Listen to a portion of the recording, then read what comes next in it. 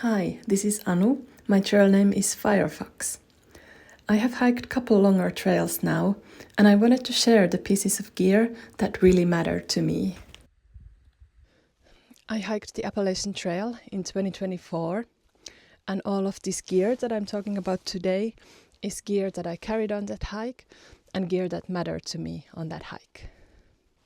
Before I left for the hike, I filmed 2 extensive videos about all of the gear that I'm taking with me, and I'm going to link both of those videos in the description of this video in case if you want to see the whole array of gear that I took. I wasn't sure what gear I wanted to start with, but I think I'm gonna start with my fanny pack. This is a Hyperlight Mountain Gear Versa. It's a fanny pack that I wore around my waist the whole trail, and when I was in towns I wore it across my upper body like this. So I always had my passport and money and all the important things in this one.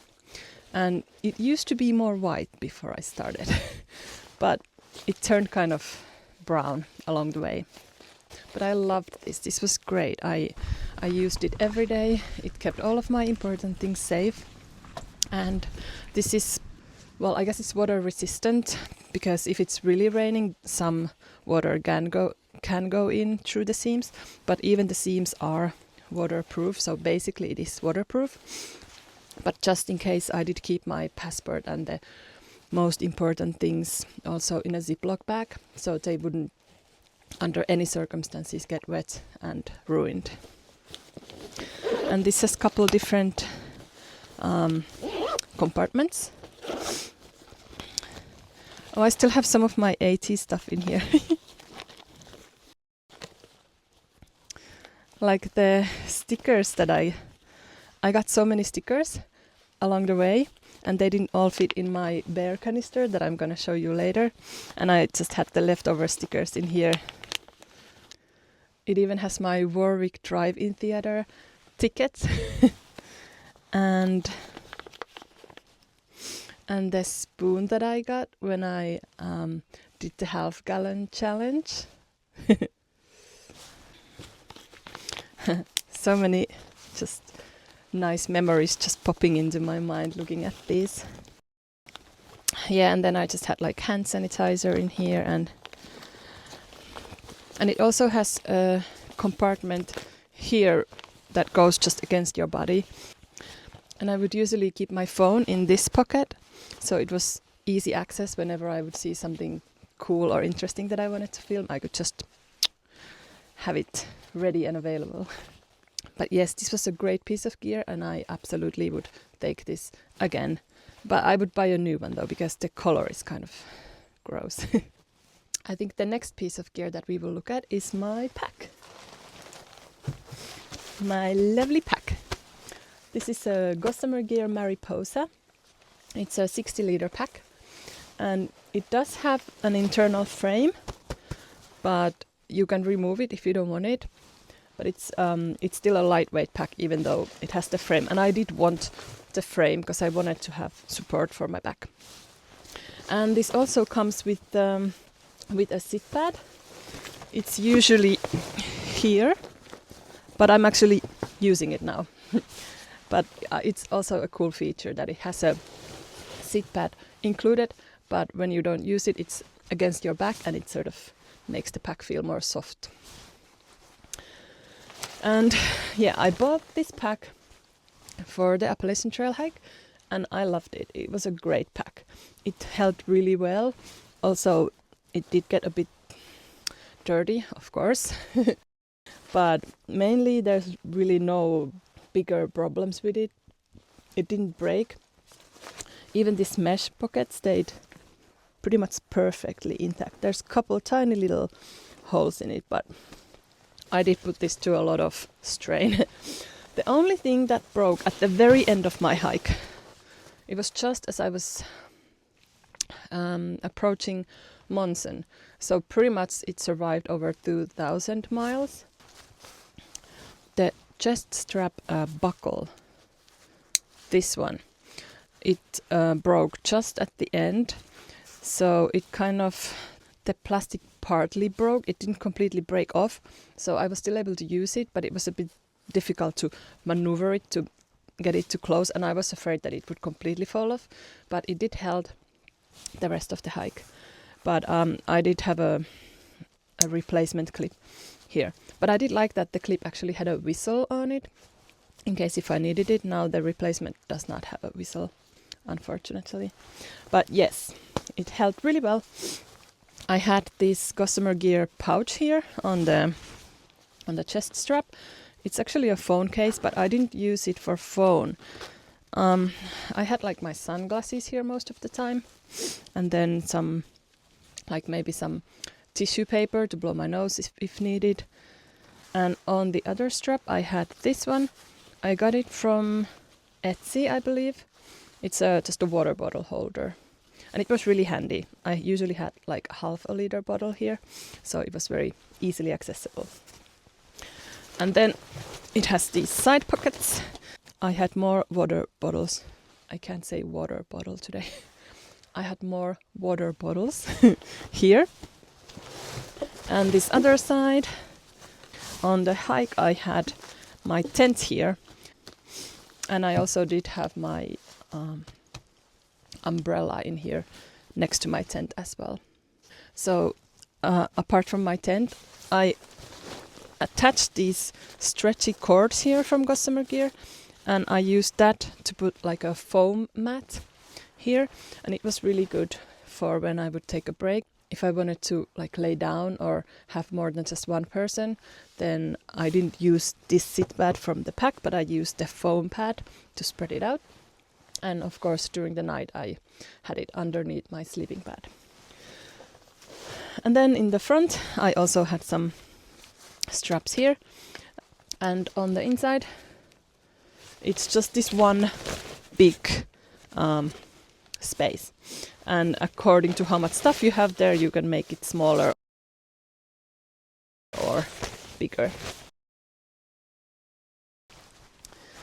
I love the color as well, and yeah, I really don't have any complaints about this. It worked exactly like I was hoping it would work, and I would definitely take this again.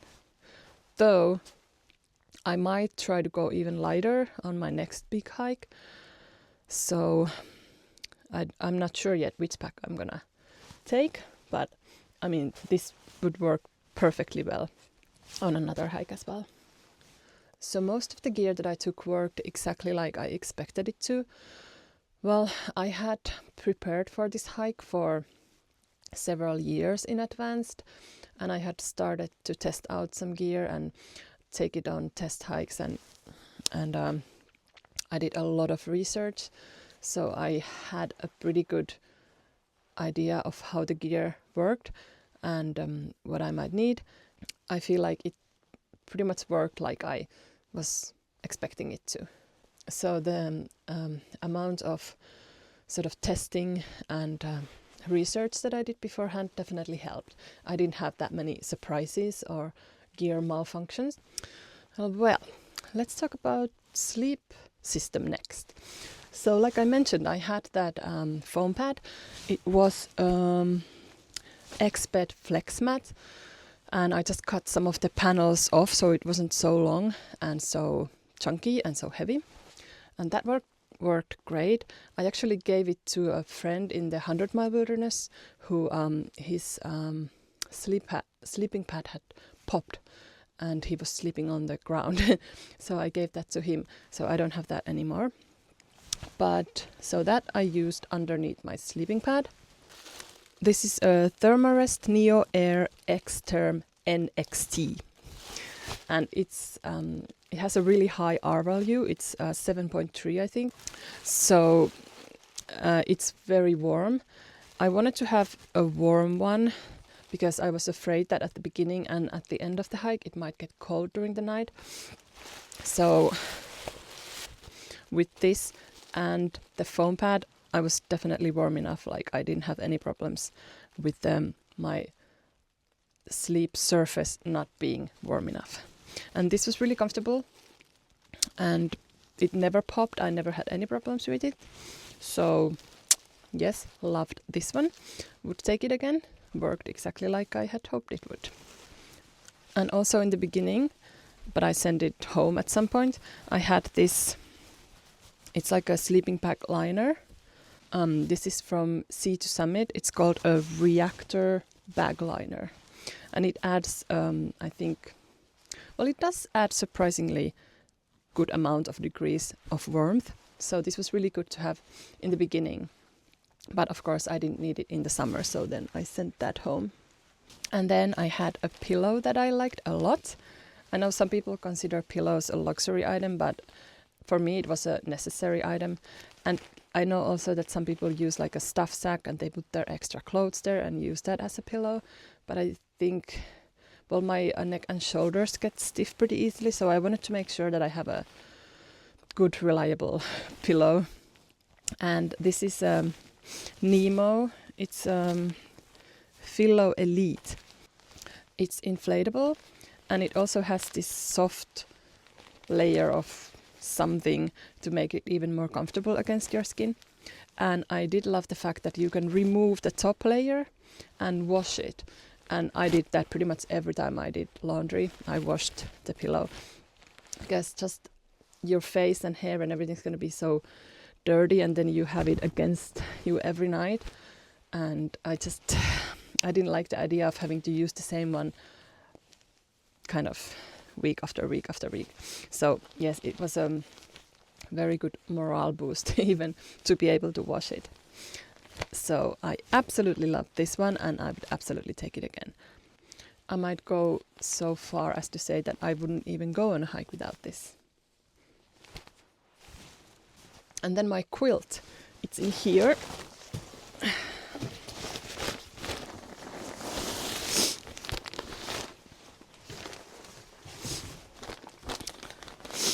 So I kept my quilt in this Hyperlight Mountain Gear stuff sack, which is waterproof, and it does compress even more inside the bag when I have all sorts of stuff on top of that, so it does actually go into a pretty small space.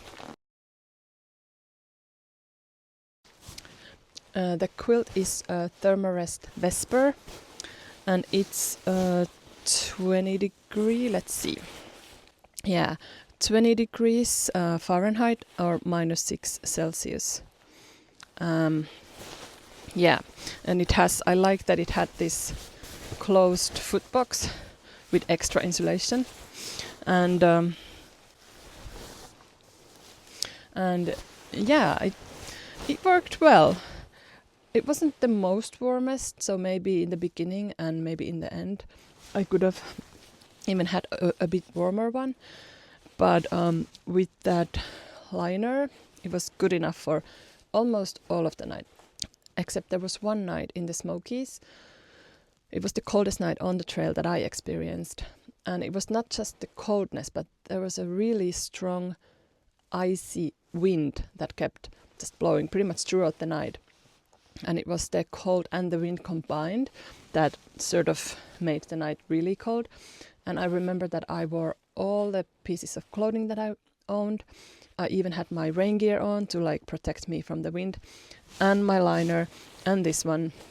And I even had like hand warmers, and still I was barely comfortable enough to sleep. Like I was definitely not toasty warm or anything. But apart from that one really cold night, this worked well enough. And what I did like about it, that even in the summer when it was really hot, I could still just have this partially on top of me, and it didn't make it too hot. So yes, I did like this. And another thing is that it's hydrophobic down, so even if it gets damp, it doesn't make it cold.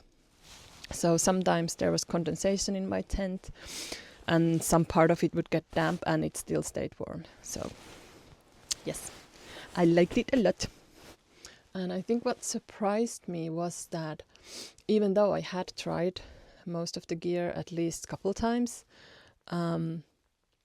it was still a bit of a learning curve on how exactly to pack it in my pack in a way that made sense for me and was like the things that I needed was easy access, and the heavier items were like down enough so the pack balance was good, and even just how to set up camp and break camp in the morning. It was a bit of a learning curve. It took a bit longer than I imagined. I remember the first night and the first morning. It took me it felt like such a long time, like over an hour or something to just get everything set up. But it got better eventually. Well, let's talk about my bear canister next. So this was a bit of a, or how would I say it, not a lot of people bring a bear canister on the Appalachian Trail. Most people bring like a bear bag, and you will hang it from the tree, and yeah.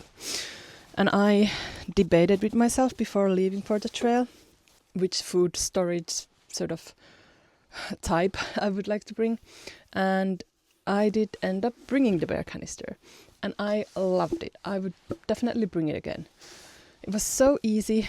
Even if there was no good trees to hang your food, I would still be able to safely store my food overnight. You would just take it further away from the tent and leave it, and I'd never had any problems. It was never moved during the night, so I guess no bears ever tried to even get in. And yeah, and then you can use it as a seat, so my knees were really sore on the hike pretty much from day 2 till the end. So sometimes like sitting on the ground was a bit difficult because, well, it was difficult to get up from there. So it was nice to be able to sit on this, and then it's easier to stand up from that. So just for my sore knees, I did enjoy the seat factor of this. And I know it's a bit chunky and it weighs more than a bear bag, but for me, the added weight did not negate, well, I was trying to say a sentence that's too complicated. Let's try again. So the convenience and the easiness of use mattered more than the weight, and I did not regret it. I know they make less heavy ones, but they are really expensive, and I didn't have the budget to splurge on that, but this worked great.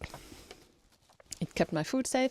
I was able to put like 6 days worth of food in here, and yeah, I would definitely bring it again. And I love that I put all the stickers on it from different trail towns and things along the hike, so it's nice to look at it.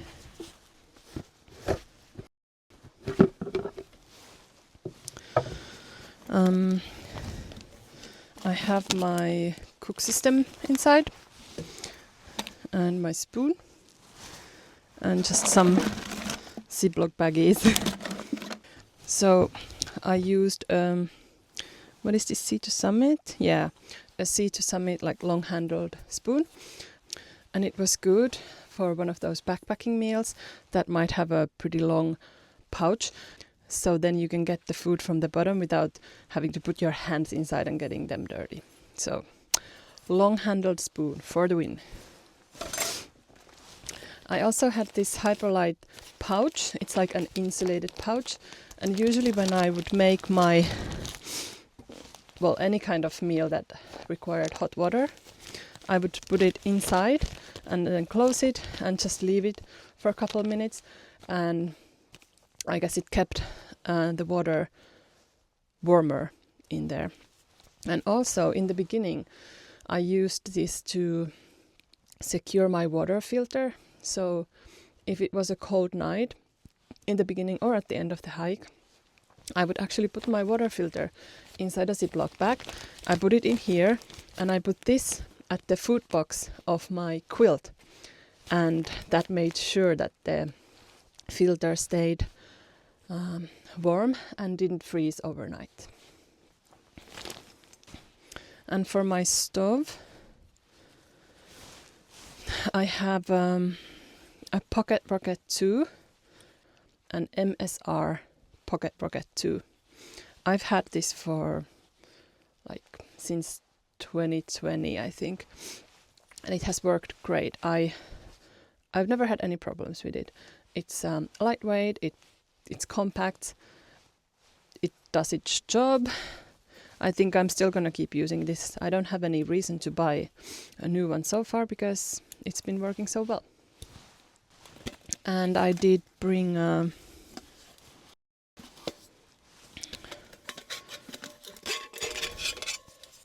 Toaks Titanium 750 ml pot with a lid, and it's like very, very lightweight.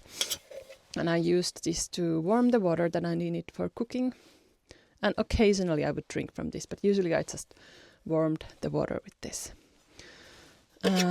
Yep, loved it, no complaints, would bring it again. And then my umbrella. This is a Gossamer Gear, but it's just a very lightweight backpacking umbrella. Well, it's a sunbrella, I guess. And that's the reason I took it, because I thought I would need it to hide from the sun. But on the AT, there's not that much, you're not so much exposed. There's a lot of just the green tunnel. So that was not actually, I did never use this. I don't think I ever used it to protect me from the sun. But what I did love it was that when it was raining, this was such a good gear to have. Even in towns, if it was raining when I was in towns, I would just use this. And also on the trail, especially in the summer when the rain was warmer, if it was just drizzling a bit, I would just pop this open and I wouldn't even necessarily put any rain gear on other than this. But an umbrella definitely would take again. I loved it. It was like one of my pretty much, I don't know, maybe top 5 favorite gear. So, and I knew people who didn't start with an umbrella, but then they saw other people with umbrellas and how well they worked, and they ended up getting an umbrella somewhere along the hike. So I would say take an umbrella with you. Okay, let's see what else. Ooh, my Leki trekking poles. These are another piece of gear that I have had for years, probably also from 2020. These same ones, and I've used them on all of my practice hikes on the AT, for the AT. So I have pretty much hiked at least around 4,500 to 5,000 kilometers. I have hiked with these, and they still work perfectly. These locking things, I have sometimes just tightened them a little bit if they start to sort of give in on the downhill. So I've tightened them a few times, but they have just always worked, never snapped or broke, or the locking mechanisms never broke. Whoa, there's a lot of dust on them from the hikes. And then the most amazing thing is that even these tips, they are still pretty much, well, I don't remember what they looked like when I started, if they were like longer, but they're pretty much perfectly intact. I saw some people whose tips got really just ground down, but for some reason these are still just great. Nothing ever broke. I like the cork handles, they're really comfortable for your hand, and these I would just sometimes wash with soap because they would get really just sweaty and grimy from my hands. And you can see that they've been used. Even the top parts have a lot of like scratches and stuff. But other than that, they are in perfect working condition, and I will definitely keep using them again. So yeah, Leki has worked well for me. I don't remember the exact model, but then they probably don't have this anymore because this is several years old. And I've never been super ultralight, so what mattered more to me than the weight was really the convenience and ease of use and safe. Like, I wanted to get gear that I felt that would work for me and I was comfortable using, but that would still be as lightweight as possible for the parameters that I wanted. And I think I managed that pretty well. Well, then we can look at some clothing items that I had. I started with some merino wool socks, merino wool socks that did work well while they lasted, but they didn't last the whole hike. They got holes in them. And then I bought 2 of these. These are darn tough socks. The other ones are actually, they have an AT logo on them, and the other ones just have this beautiful mountain design. And these worked great. Never got any holes on them. Loved them. We'll keep using them. And then, I actually had this. This is this Mountain Hardwear puffy jacket. This was great. It's worked really well. I still use this, not daily, but like a lot. And I washed this several times on the trail, but it never, the down always fluffed back up after I put it in the dryer. And it kept me warm enough. It has the hood, which is great for if it's windy, or sometimes in the beginning when I would sleep, I would put the hood up on top of my beanie, and that would keep me warm. And then I had my mid layer. It's from Sky Goat. This was great. I loved it. It's beautiful. The colors are awesome. It held up really well. There's like no abrasion or anything, even though I had my pack on top of it a lot. And you might think that the pack straps or something would make it worn, but it looks like it's hardly ever been used, but I used this a lot, like a lot. It has a hood, and I think it even has a pocket. Well, it has 2 side pockets here. Just really great. Kept me warm. Loved it. No complaints. And then I also had this in the beginning, but I sent it home at some point, and then I got it back towards the end when it got colder. But this is just a very light, not a mid layer, but like whatever the layer is that is closest to your skin. This is from Mons Royale, and this was great. Sometimes when I needed extra warmth, I would put this underneath and then my normal hiking clothes, or during the night I might sleep with this. And then sometimes when I was washing my other stuff, I would wear this like in towns. Yeah, it's great. I love it. It's pretty, very lightweight, packs pretty small, and it was good to have with me. And then I bought these gaiters at Harper's Ferry, I think. Yeah, I think I got these from the outfitters at Harper's Ferry. So I was wearing hiking boots, not like trail runners. And these are from Dirty Girl gaiters. And I bought I think this was like a men's large or something, because I wanted it to be big enough that it would fit on top of my hiking boot. And this worked really well. It has this hook that you can hook it onto the shoelace. These are beautiful. Every time I look down at my feet, they would make me happy because they're just so colorful and pretty.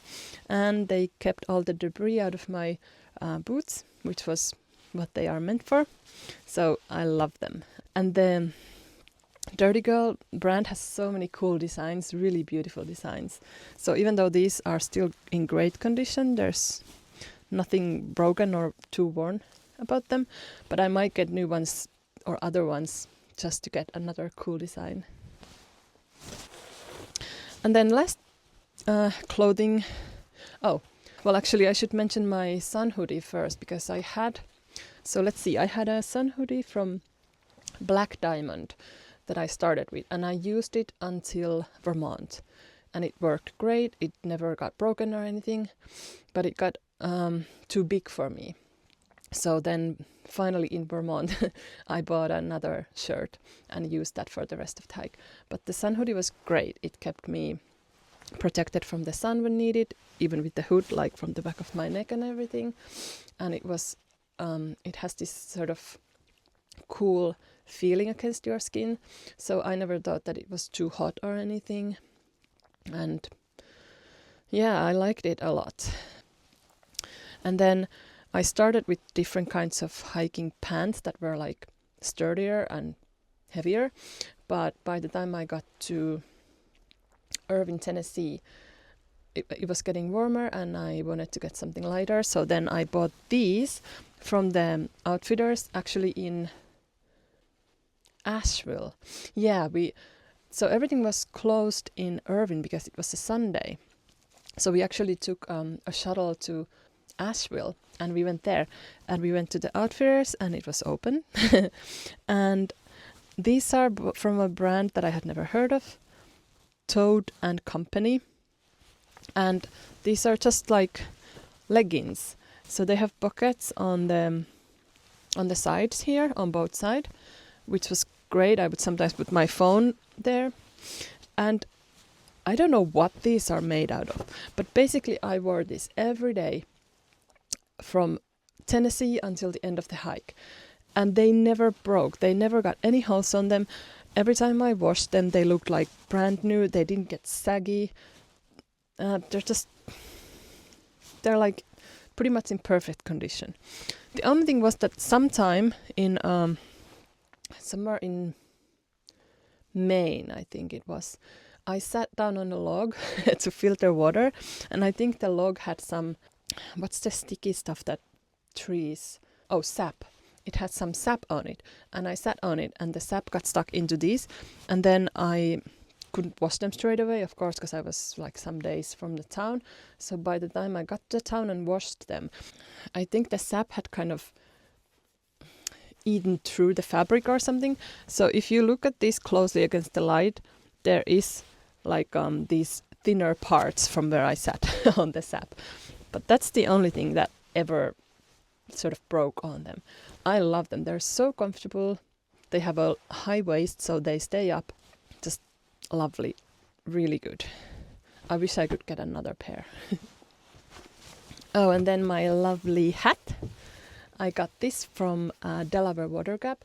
I started with another hat, but what is this called? A bill?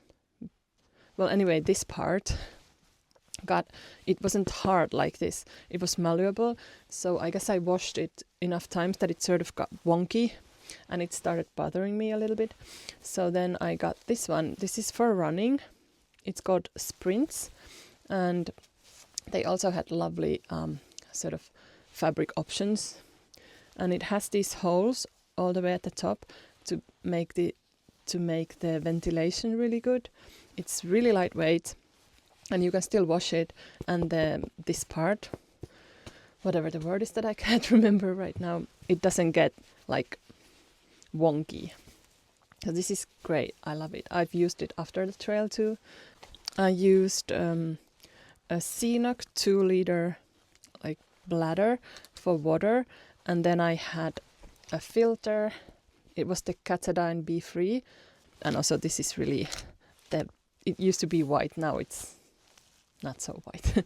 But that worked well for water filtration. I liked it. I would take that again.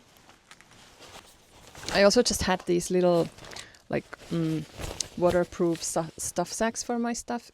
Even though I had a liner inside my pack, I would still put my individual things that I didn't want to get wet on these waterproof sacks as well.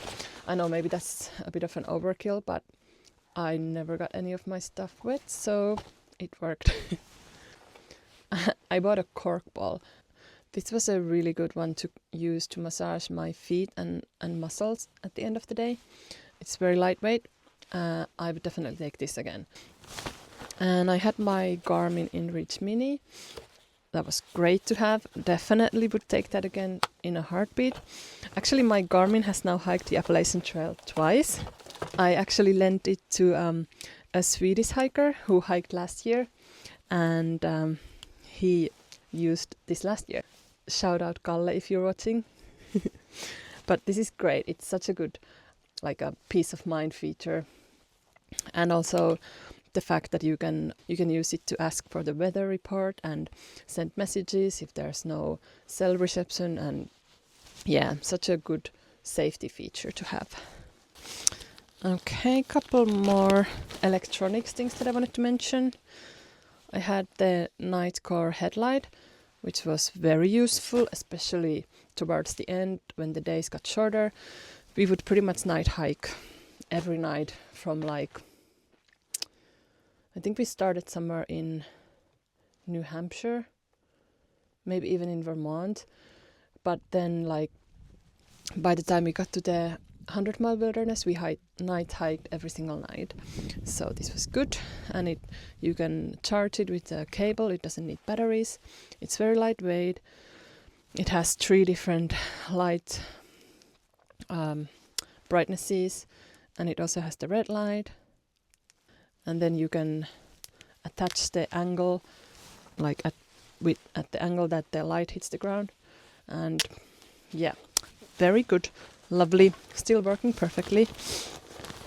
I also had an Anchor 20,000 milliamp power pack, which was really good to have, because I did use. So I used this, and then I used my sports watch. Actually, let's see if I can. I used a Suunto sports watch to track all my hiking days and to see the time, of course.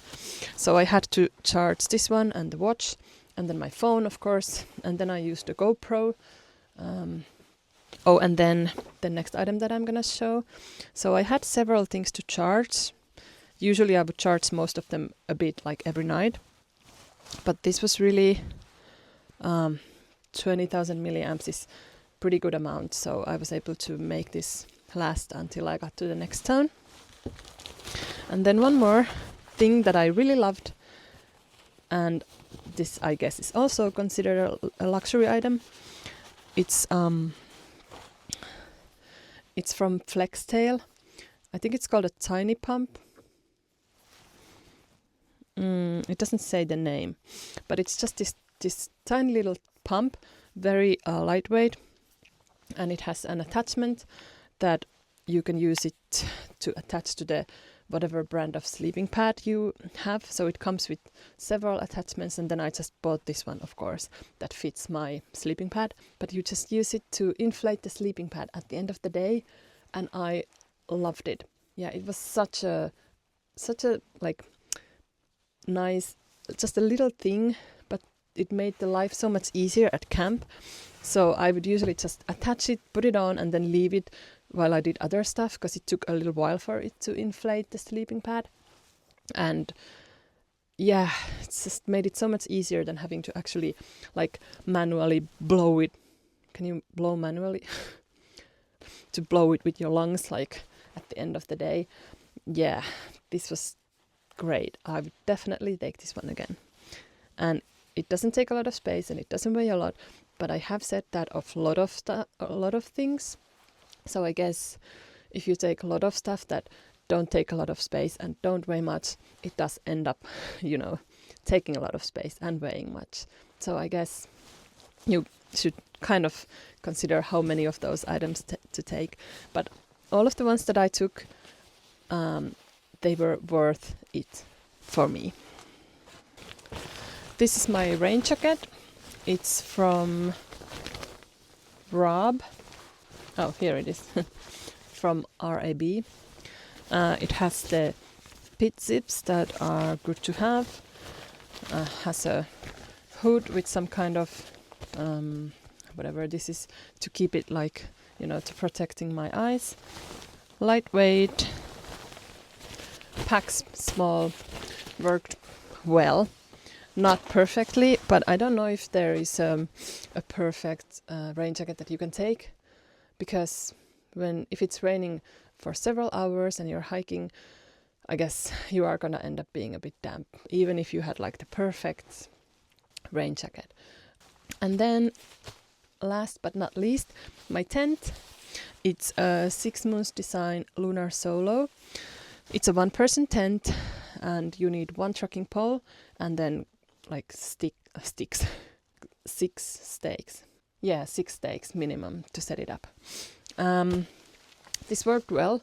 It's not very big, but it's big enough to sit inside comfortably, and there's enough space that I could have taken my stuff inside and fit well. The only problem was that if it was really rainy, it would get quite a lot of condensation on the inside, and then sometimes like my stuff would touch the wall and get damp from that. but because this is it's only a single layer, it doesn't have the inside tent. I guess that's pretty much a problem with most of those types of tents. But mostly it worked really well. I liked it a lot. It was easy to set up after I learned how to do that.